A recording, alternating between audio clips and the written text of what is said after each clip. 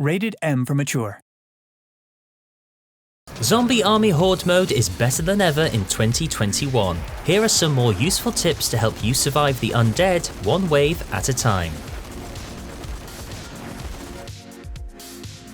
Hello and welcome to Rebellion, where we have been busy hiding ourselves away from Hitler's undead forces to have a good long think about how to reach the upper echelons of Zombie Army 4's Horde Mode. If you're an avid viewer and watched part 1 of our Horde Mode tips, you'll know we absolutely love striving for those challenging higher tier waves, constantly seeking to perfect our plan of attack, and then, well, watching it all go to pieces because two butchers. Nevertheless, we shan't let the legions of Hitler's zombified foot soldiers, who are in some serious need of dental work by the way, deter us from giving you some more handy tips to help you be the best Horde Mode Grand Champion.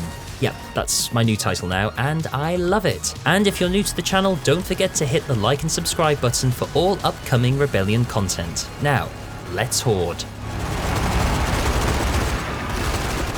When selecting a map on Horde Mode, it's always important to factor in the geography of each one. Sounds obvious, we know, but with the differing terrain comes different challenges. For a start, the enemy spawn points are unique to each map.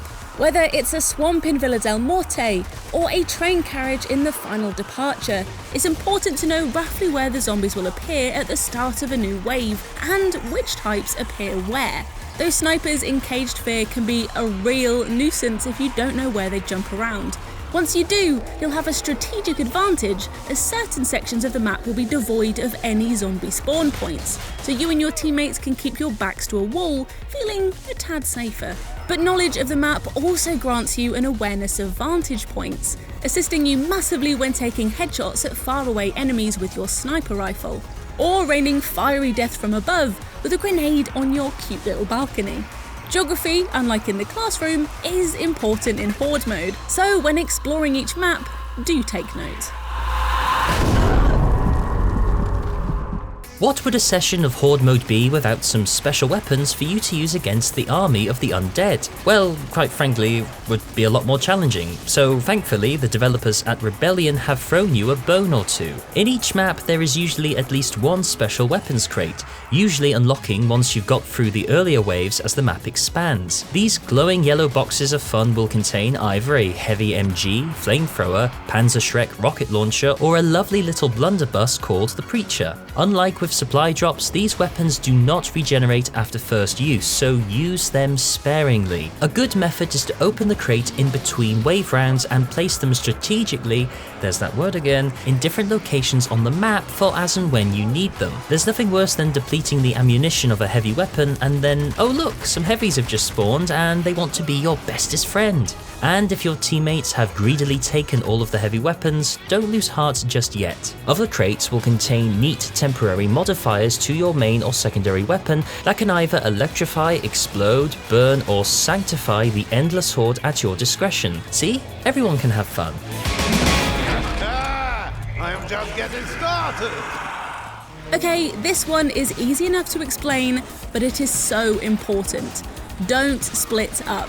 We know, believe us, that the urge to be a solo action hero, bravely running headfirst into battle and taking on evil with just your fists, is any gamer's first temptation. But when we say don't split up, we mean it.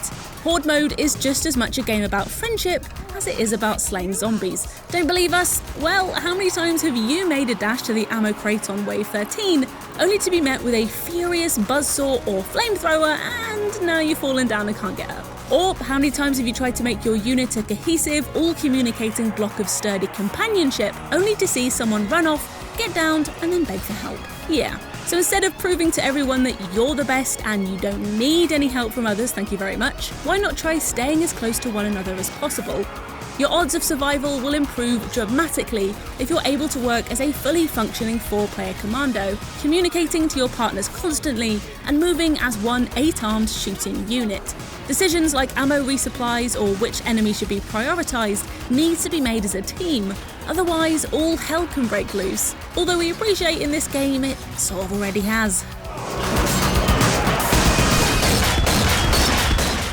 Sharing is caring, as the saying goes, and Zombie Army 4's Horde Mode is no exception to this philosophy. When a new supply drop beckons in the heat of combat, it's tempting to make a hurried dash over, open the box, and help yourself to as many items as possible before turning back to the Horde. But what about your teammates? Maybe they wouldn't mind having a frag grenade or two, or how about even a telemine? Did you even ask them? How would you feel if, after being badly torn and bruised, you reached the supply drop and, oh, yeah, nothing. No, cheers, yep, thanks for that, mate.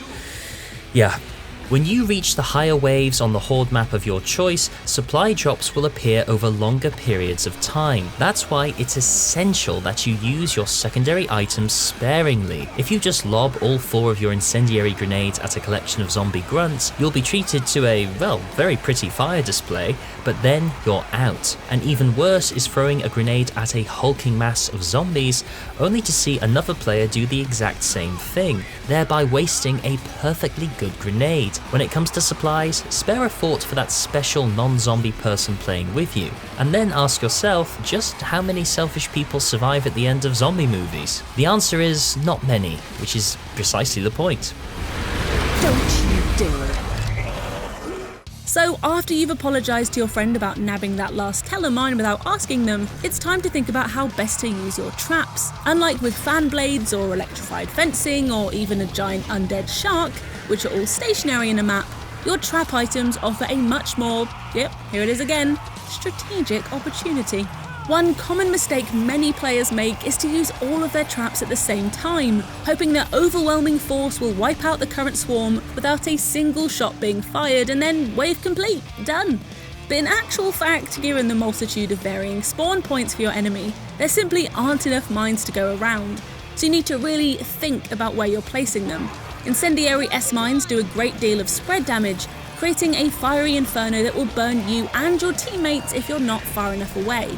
Tripwires are a handy time buyer too, but will not slow down special zombie types whatsoever, so don't count on them to stall a butcher if he's mid-ballet performance. The classic telemine will shatter any zombie grunts nearby, so you might be thinking, hey, why don't we just lay a giant telemine field around us?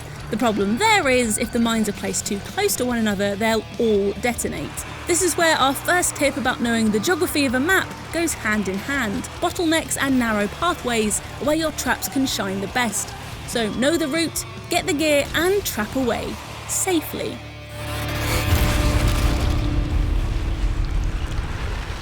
For our final entry in this list, we wanted to talk about one of the coolest elements of playing in Horde Mode. The melee kills. Yes, those glorious dramatic animations of your character taking down a zombie in style are wonderful to behold, making you feel like a superhuman action soldier who also has a flair for the over-stylized dramatic finishing move. But wait, as fantastic as these well-timed melee kills can be, we're going to have to ask you to hold fire when you have one saved up. We know it's painful, but really, trust us, your melee kills need to be saved. Why? Well, because as you progress up the higher waves, you're going to be encountering a lot more of these bad boys, and we do mean a lot of them.